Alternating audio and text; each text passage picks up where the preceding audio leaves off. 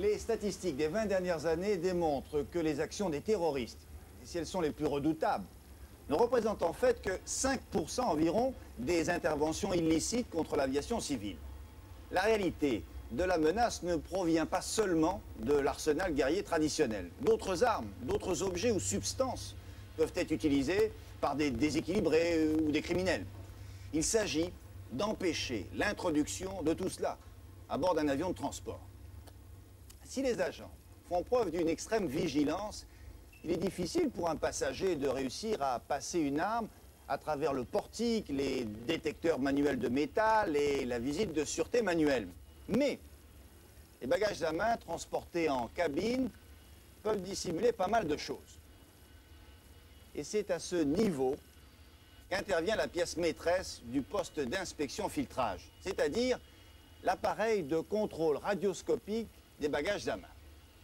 Alors soyons précis, cet appareillage très perfectionné constitue un outil indispensable, mais qui risque de s'avérer inopérant si les utilisateurs ne sont pas suffisamment entraînés à interpréter les images et à discerner les objets dangereux, qui d'ailleurs sont souvent astucieusement dissimulés.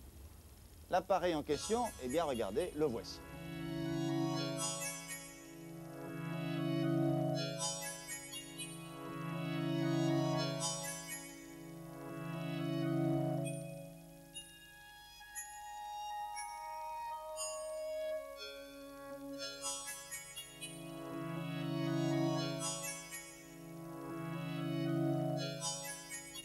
L'appareil radioscopique se compose essentiellement d'un générateur, l'émetteur de rayons X, d'un détecteur, assemblage de photodiodes, le récepteur en fait, du tunnel d'examen, qui protège aussi des rayonnements, du système de convoyage à bande qui permet l'introduction du bagage. Ce modèle permet de pénétrer ou de visualiser des objets dissimulés derrière une épaisseur de 12 mm, d'acier ou son équivalent. Il est constitué d'une structure métallique rigide qui associe le convoyeur au tunnel d'examen derrière ce rideau. L'opérateur dispose d'un moniteur de télévision noir et blanc, ou couleur sur certains modèles, et d'un clavier de commande.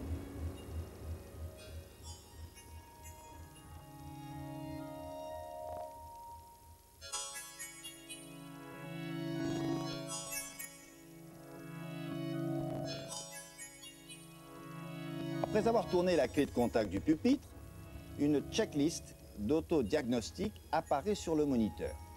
Elle indique la présence ou non d'anomalies. Par exemple, un bouton d'arrêt d'urgence enfoncé sera signalé clairement.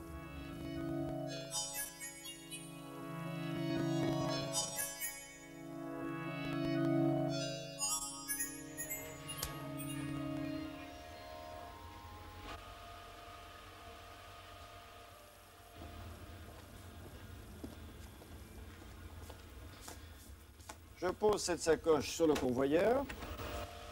Elle pénètre dans le tunnel dans lequel elle va être soumise aux rayons X qui produisent un faisceau étroit perpendiculaire au sens de la marche.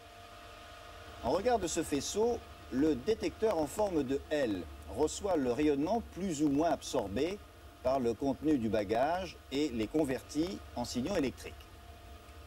Le traitement de ces informations se fait en temps réel et une image mémorisée du contenu du bagage apparaît sur le moniteur de télévision. L'image radioscopique est constituée d'une sélection de 256 niveaux de gris mémorisés. Pour une meilleure analyse de l'image, l'opérateur peut choisir, à partir du pupitre, 14 niveaux de contraste qui permettent de mieux identifier les matériaux entrant dans la composition des objets contenus dans le bagage, quelle que soit leur épaisseur ou leur densité.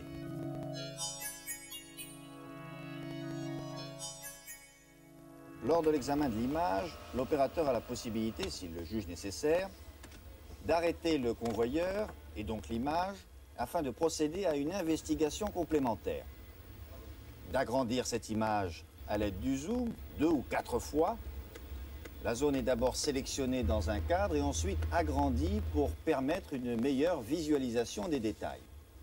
L'opérateur va pouvoir se promener dans l'image grossie.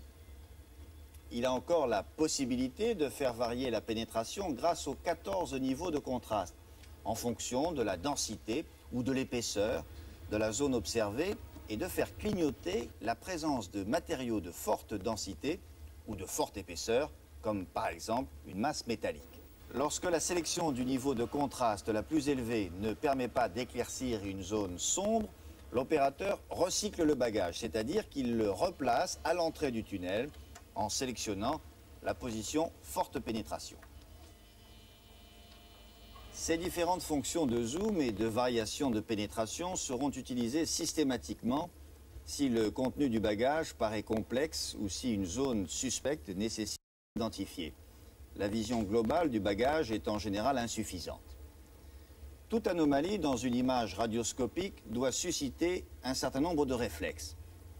Dès qu'une masse opaque fait écran sur le moniteur et reste opaque, lorsque le bagage a été recyclé en fonction haute pénétration, l'opérateur doit réagir et demander que le bagage soit examiné manuellement. Le plomb, le cristal par exemple, apparaissent opaques à l'image radioscopique. Ils peuvent donc éventuellement dissimuler un objet dangereux.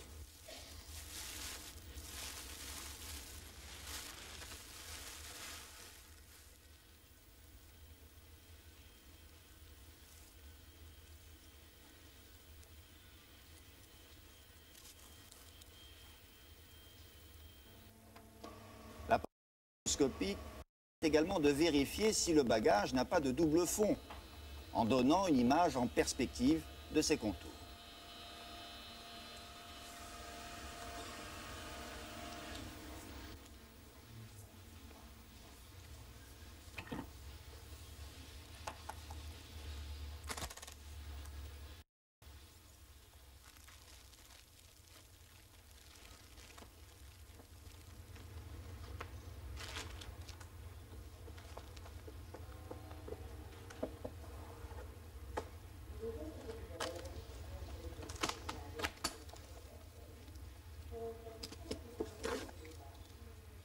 Lors de la mise en service de l'appareil, une vérification de sa fiabilité est indispensable.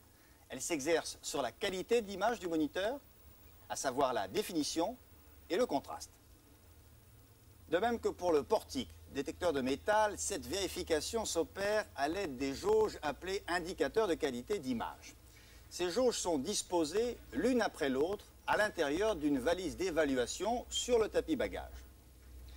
Les résultats de la vérification sont considérés comme satisfaisants s'il est possible de les visualiser nettement sur l'écran de contrôle. Voici une jauge constituée par une échelle de différentes épaisseurs d'acier derrière laquelle sont dissimulés des fils qui doivent être visibles sur toute leur longueur.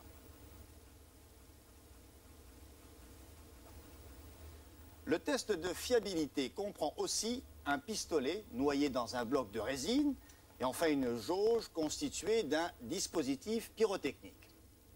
Ces deux dernières jauges doivent être examinées à plat et verticalement. Les récentes découvertes réalisées dans le domaine de la détection radioscopique vont maintenant vous permettre d'utiliser un nouveau procédé qui différencie à l'intérieur d'un bagage les matières organiques des matières inorganiques. Voici 1 kg de farine, donc matière organique, à laquelle on a donné, en utilisant la méthode des pseudo-couleurs, une couleur orangée. Et voici 1 kg de sel, matière minérale, donc inorganique, à laquelle on a attribué la couleur bleue. Pour votre information, les matériaux explosifs sont organiques, mais des objets usuels comme le savon, le dentifrice, certaines matières plastiques sont aussi constitués de matières organiques, d'où une certaine complexité à les différencier. Lorsque le contenu du bagage présente certaines ambiguïtés, c'est toujours à partir de l'écran noir et blanc que l'opérateur analyse l'image dans le détail, c'est-à-dire reconnaissance des formes connues. Ensuite, sur l'écran couleur, il recherchera la zone organique correspondant au doute identifié sur l'image noir et blanc. L'efficacité du contrôle repose donc essentiellement sur l'expérience et la capacité d'interprétation de l'agent chargé de la détection. Bien réglé, le dispositif radioscopique est un excellent outil, mais il s'agit de bien l'utiliser.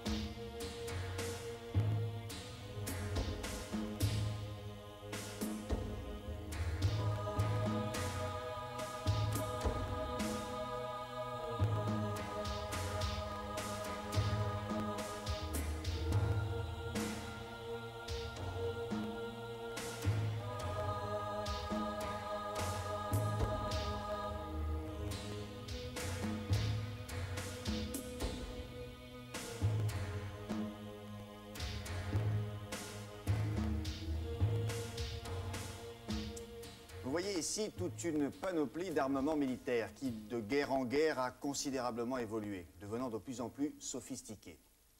Pour les terroristes, leurs actions sont assimilables à une guérilla, à une lutte armée.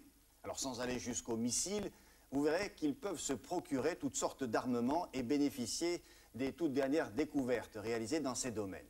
Pistolets en plastique, grenades miniaturisées, explosifs qui ressemblent à des feuilles de carton, d'autres auxquelles on peut donner des formes anodines, cendriers par exemple. Votre mission essentielle consiste à empêcher que des armes, des engins explosifs ou tout autre objet dangereux soient introduits de façon illicite à bord d'un avion. La liste des objets interdits à bord n'est pas limitative, bien sûr. Si vous découvrez des objets suspects, la décision de les retirer à leur propriétaire doit être prise en fonction du danger qu'ils représentent ou de l'usage qui peut en être fait. Alors, parmi les armes à feu, regardez, voici des revolvers et des pistolets, ici. Alors, celui-ci a une particularité, le Glock 17, c'est qu'il est en partie en plastique et en partie en métal. Voici la partie plastique, y compris le chargeur, et la partie métal. Là, les mitrailleurs.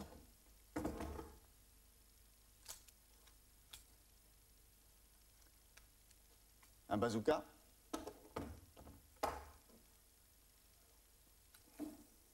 Et puis ici, 2 roquettes. Les grenades maintenant, parmi les grenades militaires. En voici quelques modèles.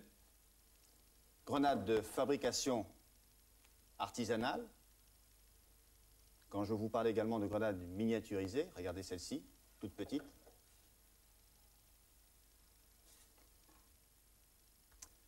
Maintenant, en ce qui concerne les armes blanches, pointues ou à bord tranchant, voici quelques exemples.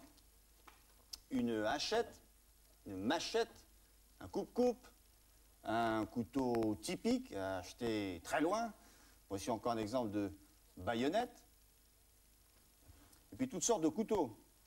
Couteau de cuisine ou couteau à cran, coup de poing à main, et matraques. Voici une autre. Et puis des objets plus familiers, comme le rasoir, cutter, une pince, ou encore un tournevis, ou bien un marteau, ou une clé à molette, plus volumineux, un piolet, ou encore un fusil sous-marin. Et ceci, qui a l'air tout à fait anodin, c'est une canne, sauf que c'est une canne poignard. Le passager peut très bien transporter ces objets sans intention malveillante, mais si vous découvrez l'un ou l'autre de ces objets dangereux, il faut néanmoins impérativement les lui retirer. Nous devons vérifier votre sac, vous avez un couteau.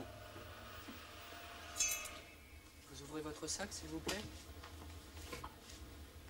Merci. Ils seront remis à un agent de la compagnie aérienne qui les placera dans la soute de l'avion.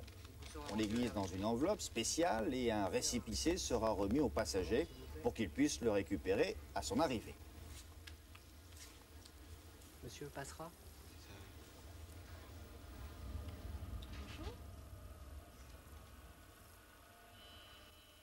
Veillez à ne pas vous laisser accaparer par ces opérations qui sont longues. Un truc souvent employé par les criminels consiste à vous laisser découvrir une arme relativement anodine, tandis qu'un complice peut profiter de votre inattention pour passer des armes beaucoup plus dangereuses. Ne relâchez pas votre vigilance un seul instant.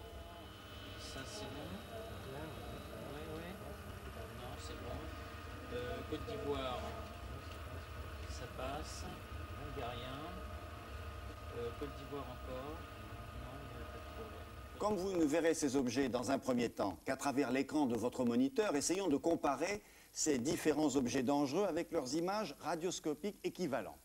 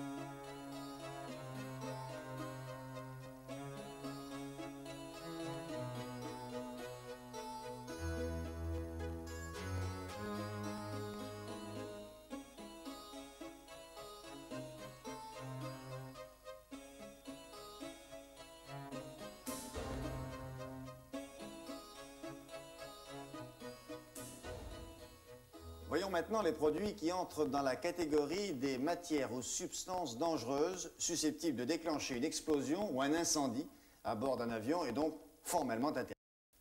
On distingue les substances inflammables, par exemple ceci, corrosives, j'ai là 2 exemples, c'est de l'acide, toxiques ou incapacitantes, voici une bombe,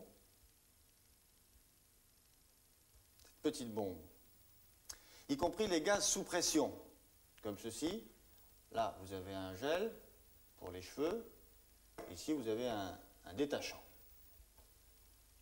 Il y a également certains types de peintures et des solutions alcoolisées, des alcools à brûler, white spirit, etc. Sont interdites aussi des substances moins courantes, comme les substances bactériologiques, nucléaires ou chimiques. Au niveau du contrôleur radioscopique, votre attention ne pourra être attirée que par la forme inhabituelle des flacons ou des pots contenant ces produits. Je vous propose maintenant un petit test. Des objets dangereux se trouvent dans ces bagages que vous allez voir. À vous de les localiser et de déterminer de quels objets il s'agit.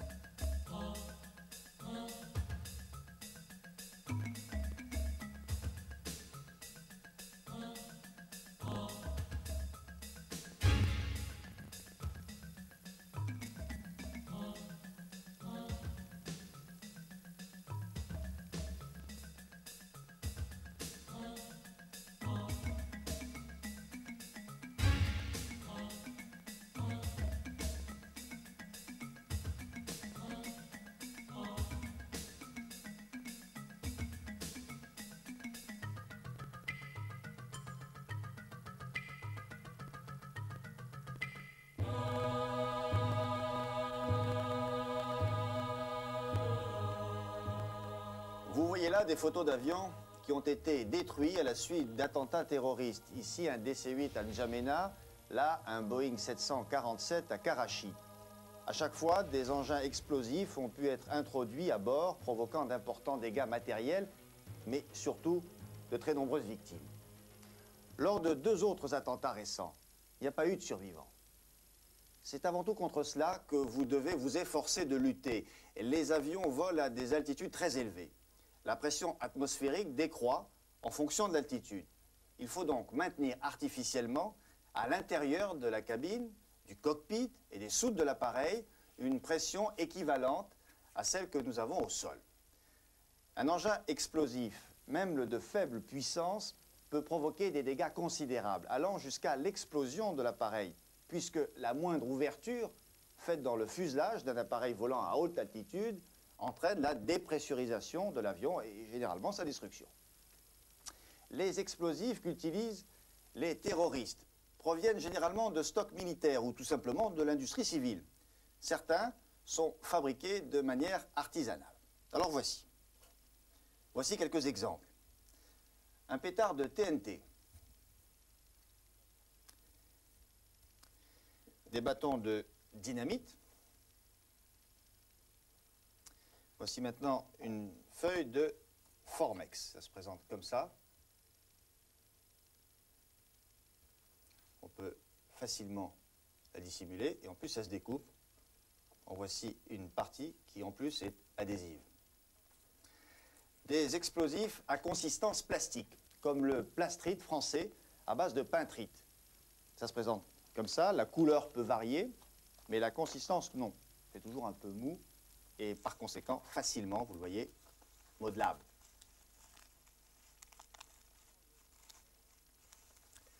Maintenant le Semtex Check. Couleur orangée. Consistance légèrement plus molle, ça se casse également. 2 pétards d'exolite. Également un explosif liquide, ça se présente dans un bâtonnet comme ceci, c'est liquide à l'intérieur. C'est du Sigma-Gel. Et puis ceci, qui est un cordeau détonnant, qui contient lui aussi un explosif. Voici également un exemple de détonateur électrique, celui-ci. Et maintenant, une boîte de cigares, tout à fait ordinaire. Elle contient un engin explosif. Ici, vous voyez la charge d'explosif reliée par des fils électriques à une alimentation qui peut être une batterie ou une pile, et cela de différentes grosseurs. Ceci relié à un dispositif de mise de feu. Plusieurs dispositifs peuvent être utilisés, soit des dispositifs barométriques, ces dispositifs étant généralement constitués d'une capsule anéroïde qui va se détendre dès que la pression de l'air diminue, ou tout simplement d'une seringue dont l'air, en se dilatant sous l'effet de la dépression atmosphérique, va actionner la pompe. Soit des dispositifs à temporisation à retard, chimiques, électroniques, horlogers, soit alors une combinaison des 2 ou 3 dispositifs qui viennent d'être cités. Le principe est le suivant. Un des éléments maintenus à l'écart, une aiguille d'une montre par exemple, va fermer le circuit électrique par contact, déclenchant l'explosion. D'autres systèmes existent ou pourront être fabriqués. Les terroristes ne manquent pas d'imagination à ce sujet. Voyons maintenant l'image radioscopique d'une valise qui ne contient que l'engin explosif. Ici, vous voyez la charge et le détonateur, l'alimentation et le dispositif chronométrique de mise de feu. Sachez les reconnaître car ces différents éléments seront le plus souvent bien dissimulés. L'expérience nous montre par ailleurs que des objets pouvant dissimuler des stupéfiants peuvent également servir de cache pour des engins explosifs, que ce soit des objets d'usage courant ou des objets artisanaux comme celui-ci, vous voyez les creux. De plus en plus souvent aujourd'hui, les terroristes utilisent des objets tels que transistors ou radiocassettes, ou encore des calculatrices. Vous la voyez ici, avec derrière la plaque de Formex. En effet, ils permettent de dissimuler facilement les éléments de l'engin explosif et ils contiennent des piles. Celles-ci, ne l'oubliez pas, constituent la source d'énergie la plus utilisée. Voici maintenant l'image radioscopique d'un transistor piégé. La charge, le détonateur, les fils dissimulés parmi ceux de l'appareil. L'alimentation et le dispositif de mise de feu. Dès que sur votre écran, vous constatez la présence dans un bagage de ce type d'appareil, fonctionnant avec des piles, vous devrez alors l'examiner très soigneusement. 10% des bagages à main doivent de toute façon faire l'objet d'une visite manuelle de sûreté. Alors, dès qu'une image radioscopique vous paraît suspecte, demandez au passager d'ouvrir son bagage.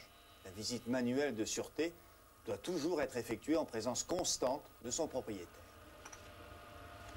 Vous pouvez ouvrir votre sac, monsieur, s'il vous plaît? Oui, messieurs. Merci.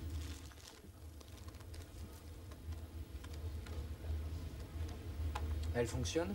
Oui, elle fonctionne. Vous pouvez me l'allumer, s'il vous plaît?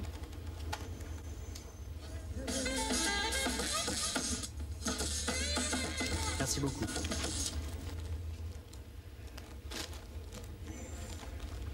Je peux? Merci. Bon voyage, monsieur. L'expérience montre qu'il n'y a rien de plus efficace qu'une visite manuelle de sûreté, effectuée de manière complète et consciencieuse.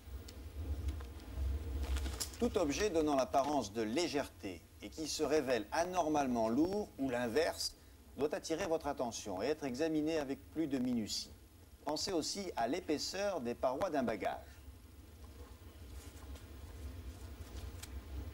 Toute découverte d'un objet dangereux, quelconque ou d'une anomalie doit renforcer votre attention. Et vous devez alors poursuivre votre investigation afin de chercher si, ailleurs, dans un autre bagage du même passager ou d'un autre passager du même vol, une arme ou un dispositif plus dangereux encore n'aurait pas été dissimulé. Mademoiselle? Oui. Votre mallette. Vous pouvez me l'ouvrir, s'il vous plaît? Bien sûr. Merci. C'est un cadeau pour ma nièce. Il ne faut pas hésiter à vider une trousse de toilette, par exemple, ou d'ouvrir un paquet cadeau, si ce qu'ils contiennent vous semble suspect.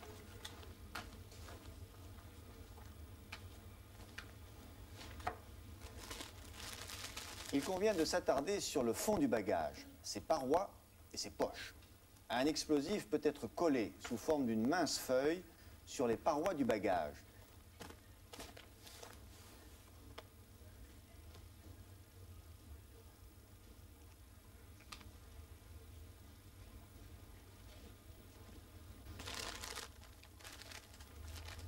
C'est une peluche.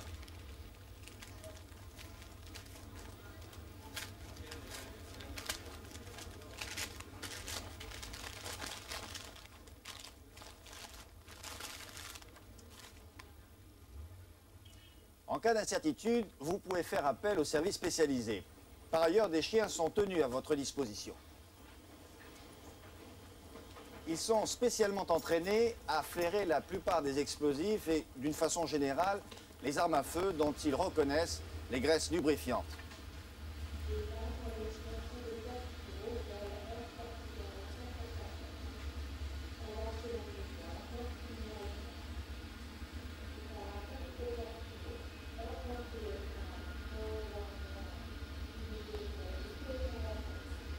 Si l'attitude du passager vous paraît anormale ou menaçante, vous devez alerter le chef de poste de l'aérogare ou l'officier de quart.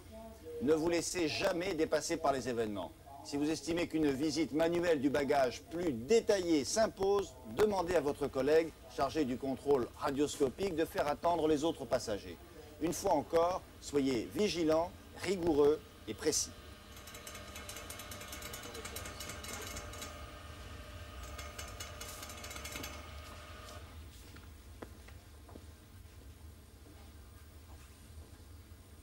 Nous allons maintenant parler d'un domaine auquel vous êtes associé, mais qui concerne plus particulièrement les agents chargés du contrôle des bagages de soute.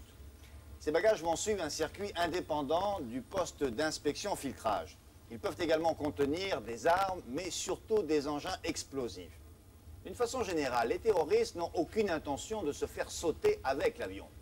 Ce sont rarement des kamikazes. Ils vont donc avoir trois possibilités d'action. Faire enregistrer leurs bagages et ne pas se présenter à l'embarquement. Faire enregistrer leurs bagages pour une destination finale et descendre à une escale de transit intermédiaire. Dans ce cas, ils vont utiliser au moins un dispositif à temporisation relié à l'engin explosif destiné à fonctionner après que l'avion ait quitté l'escale de transit. Ou encore, se servir d'un passager dupe à qui ils auraient remis un bagage piégé.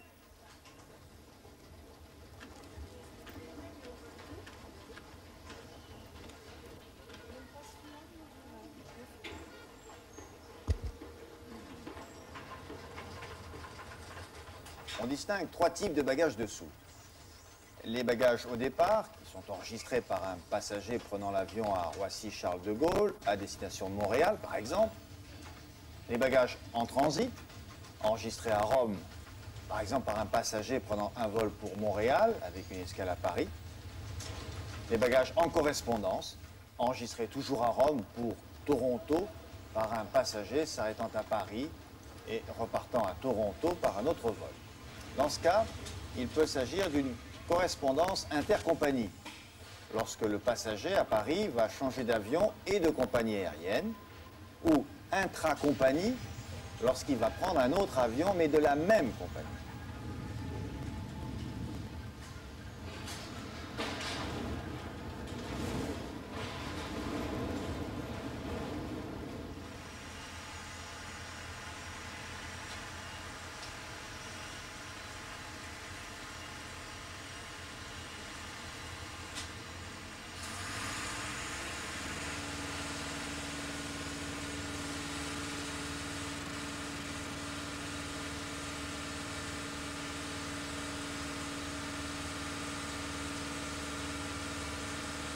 Les procédures permettent aux compagnies aériennes de s'assurer qu'en aucun cas, un bagage ne peut être transporté sans que son propriétaire ne soit à bord du même avion. Donc, si un passager consigné sur la liste que tient à sa disposition la compagnie aérienne ne se présente pas à l'embarquement, son bagage sera débarqué après avoir été identifié grâce à l'étiquette d'acheminement sur laquelle est inscrit le nom du passager.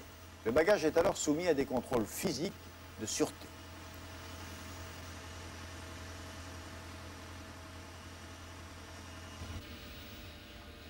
On entend par contrôle de sûreté aussi bien l'utilisation des appareils de détection, la visite de sûreté manuelle du bagage et les chiens détecteurs d'armes et d'explosifs. Ces contrôles sont pratiqués de façon aléatoire sur tous les vols, mais systématiquement sur les vols dits sensibles. Un vol sensible est un vol associé de façon durable ou ponctuelle à une mission particulière. De ce fait, il fera l'objet de mesures spéciales. Ces mesures s'appliquent à toutes les personnes, y compris l'équipage, et à tous les objets embarquant à bord de l'avion. Le parcours que doit suivre le passager est particulier. Il doit en premier lieu se rendre dans une salle spécialement aménagée avec les bagages qu'il veut faire enregistrer. La salle des vols sensibles se différencie par rapport à l'organisation des postes d'inspection filtrage, essentiellement par le contrôle systématique des bagages de soute du passager. Autre différence, un questionnaire est systématiquement posé aux passagers au sujet de ses bagages. Bonjour. Merci. Vous avez un titre de transport, s'il vous plaît? Oui. Merci.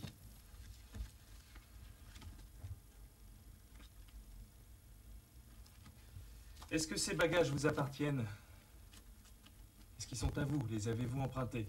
Non, ils sont à moi. Vous avez des cadeaux? Oui. Vous en connaissez bien le contenu? Oui. Depuis que vous avez fait votre bagage, vous en êtes-vous séparé? Non. Transportez-vous des objets que l'on vous aurait confiés? Non, ce sont mes affaires personnelles. Très bien. Vous suivez par là-bas. Trois agents ont des fonctions bien précises. Le premier, le chef de poste, surveille le déroulement des contrôles, mais il peut aussi bien être placé en amont du poste d'inspection filtrage et interroger lui-même les passagers. Un opérateur est chargé de l'appareil de contrôle radioscopique. L'opérateur signale à un troisième agent tout bagage suspect. Ce troisième agent est chargé, lui, de la visite de sûreté manuelle. Il contrôle tout bagage dont l'image radioscopique est suspecte et certains autres choisis au hasard, 1 sur 5 environ.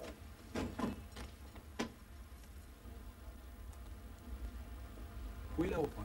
Après avoir subi ce contrôle physique de sûreté, le passager reprend son bagage et se rend ensuite au comptoir d'enregistrement situé dans la même salle. Une fois ces formalités accomplies, libéré de ses bagages enregistrés, le passager rejoindra le circuit habituel et sera soumis à nouveau au contrôle du poste d'inspection filtrage de la salle d'embarquement.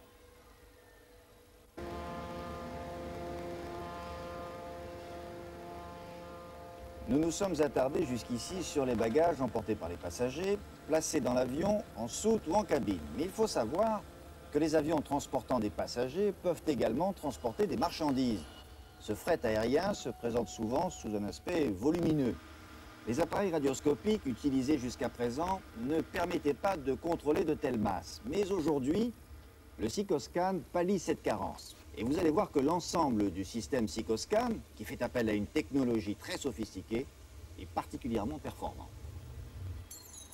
Un camion provenant de la zone de stockage du fret va transporter un conteneur jusqu'au site de contrôle. Un opérateur va ensuite convoyer le conteneur dans une salle que l'on appelle salle de scanning, isolés de l'extérieur par des portes coulissantes blindées. Un second opérateur peut alors, à distance, depuis la salle de contrôle, lancer la procédure de scanning. Sans entrer dans des explications techniques complexes, il faut savoir que le système utilise soit un générateur de rayons X pour l'examen de charges de faible densité, soit une source de cobalt qui peut pénétrer jusqu'à 260 mm d'acier. L'informatisation du dispositif permet à l'opérateur différentes investigations. Zoom, renforcement des contours, amélioration des contrastes, 65 500 niveaux de gris, différenciant les densités par le procédé des pseudo-couleurs.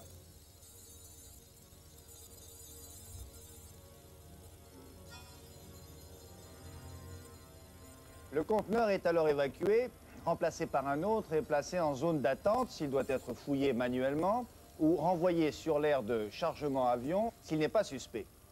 Nous avons à peu près fait le tour de l'ensemble des systèmes qui vous permettent de contrôler les bagages. À vous de jouer maintenant. Mais n'oubliez pas, soyez d'une extrême vigilance. Les criminels ont plus d'un tour dans leur sac. Ils connaissent les moyens dont vous disposez. Soyez les plus forts. Pensez aux conséquences d'un moment d'inattention. Et n'hésitez jamais. Si votre alarme personnelle est éveillée, si vous avez le moindre doute, le moindre soupçon, à procéder à une enquête efficace, rapide et toujours courtoise.